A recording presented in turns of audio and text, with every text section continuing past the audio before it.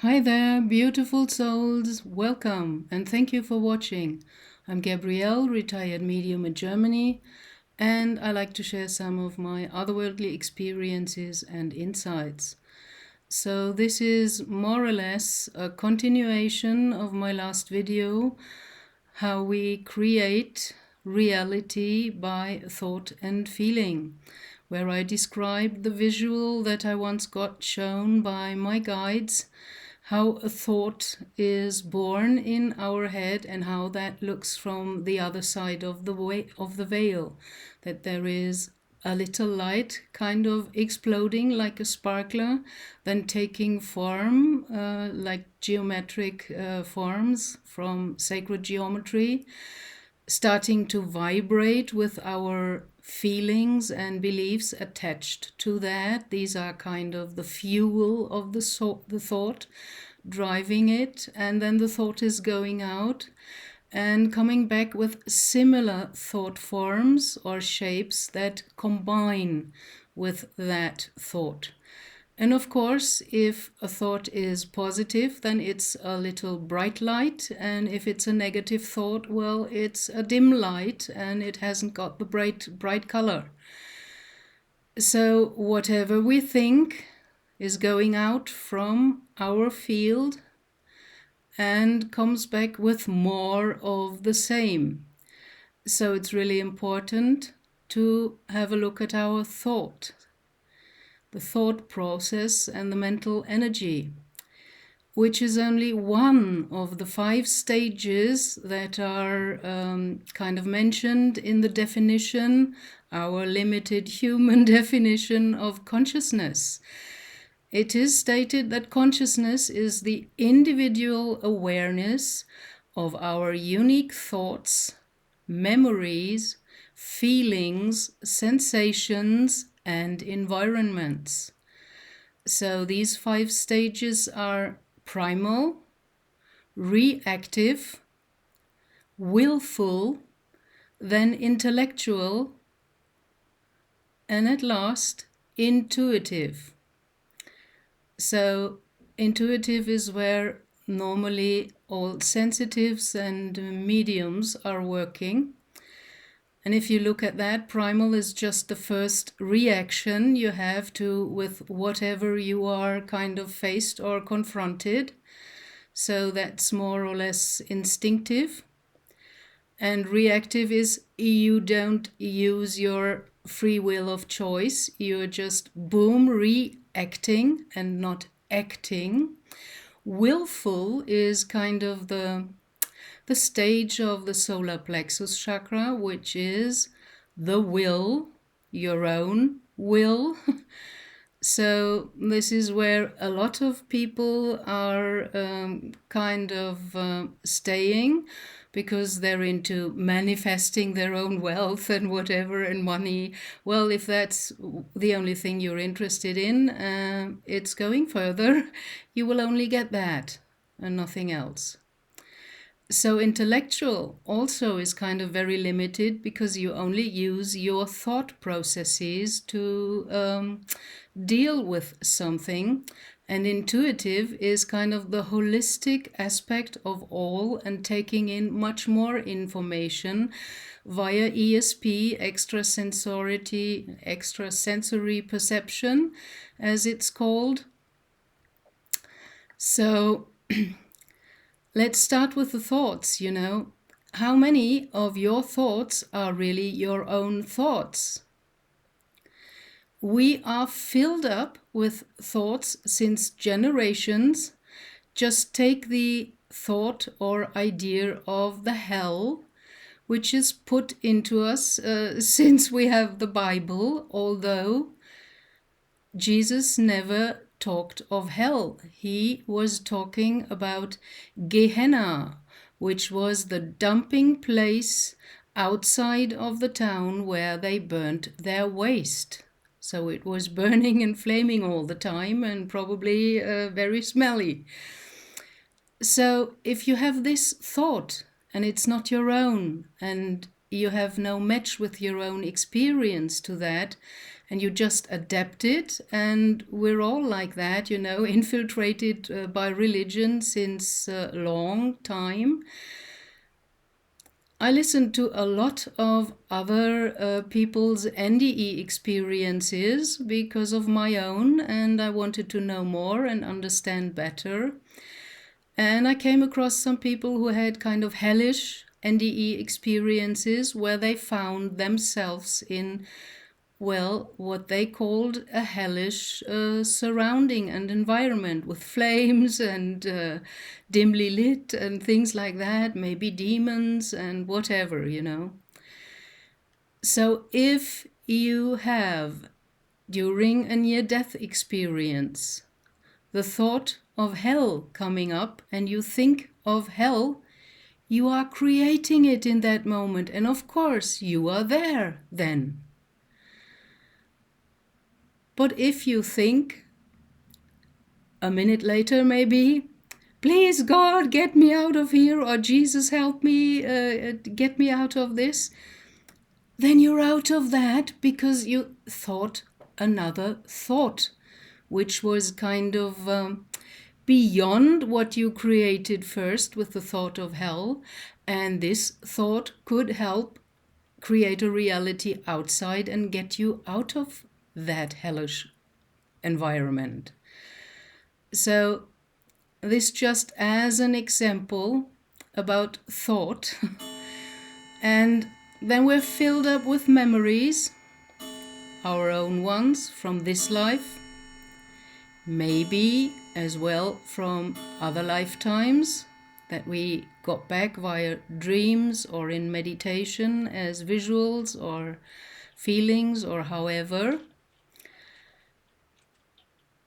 Then we're also, you know, just looking at the stage 5, you know, of consciousness, being aware of the environment. Well, what's meant by that, you know? The normal mundane world, think environment is only what is around me, what I can touch, you know, my flat, my car, my this, my that. What about the invisible realms, the other dimensions? That is also environment. If your awareness cannot include that, then of course you're even more limited. So I'm very critical about our human definitions about consciousness and thought process and things like that. But this theme of creating reality by our thoughts and feelings is really very important, and it's important to watch your thoughts because not all of them are your own.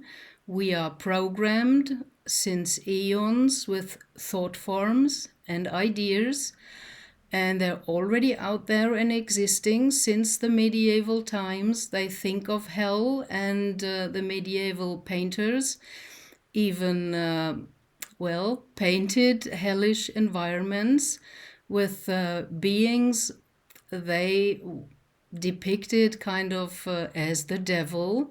And if you look at some of these medieval paintings, you see that the devil is painted with scaly green skin and a mouth full of teeth and big round eyes and horns or a tail. So nowadays that we have more designations for different things, this matches very much the description of a reptilian. So that's very interesting as well, you know, how they came up with these depictions. So we're filled up with all these images and thoughts and also kind of programmed feelings and programmed beliefs. And it's necessary to really explore that and get some experiences of your own first-hand experience, because after that you know. Believing is not knowing. Experience teaches you. So it's one step further, at least as I see it. And to be enlightened or transformed or have your awakening, or however you want to label that. We have so many labels and they're all talking about one and the same thing, but it's so distracting because all of these different labels and names and words, we think these are all different things. No, they are not. To be enlightened, you have to be beyond your mind, because your mind, your brain is the constant chatter, the monkey mind, and this is really a barrier to enlightenment.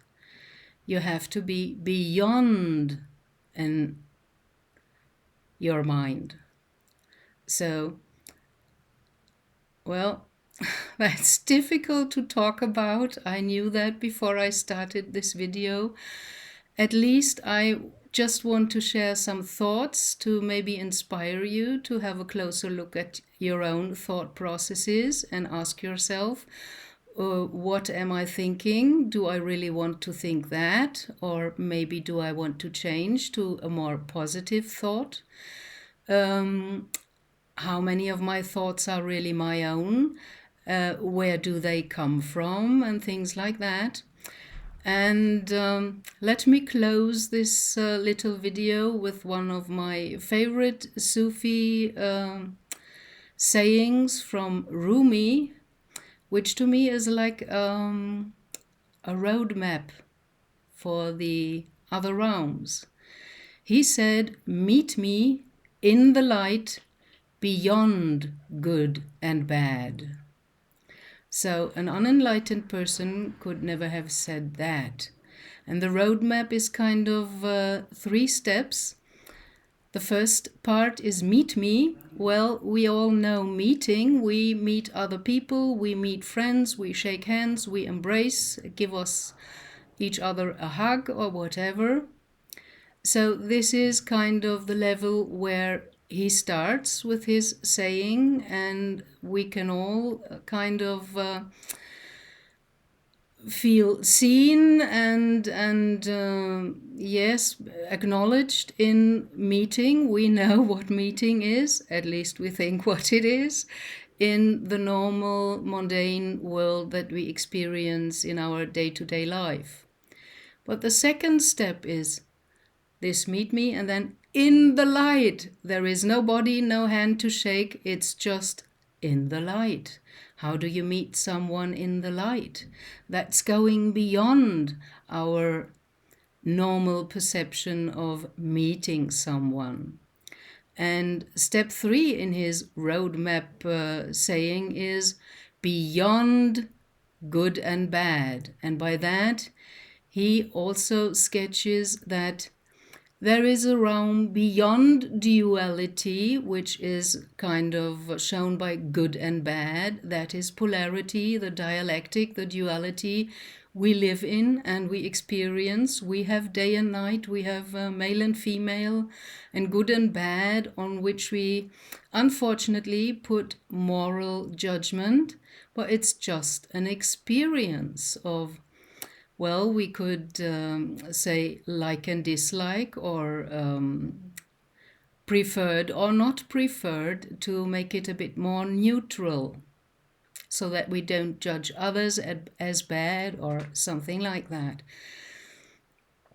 So that's what I wanted to share today, and I really love that. Meet me in the light, beyond good and bad, and maybe this will be a little seed in your mind to ponder upon.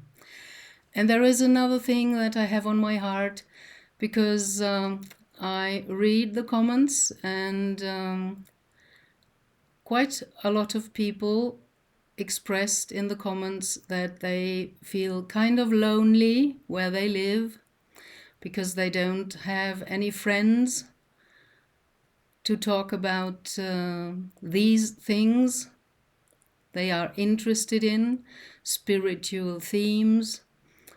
So I had the idea already, and just yesterday I talked with someone who expressed the same thing, and there it was coming again. That's how I recognize, oh, that's something I should look at and maybe act upon. And I already had that idea several times, but I didn't know how to go about that.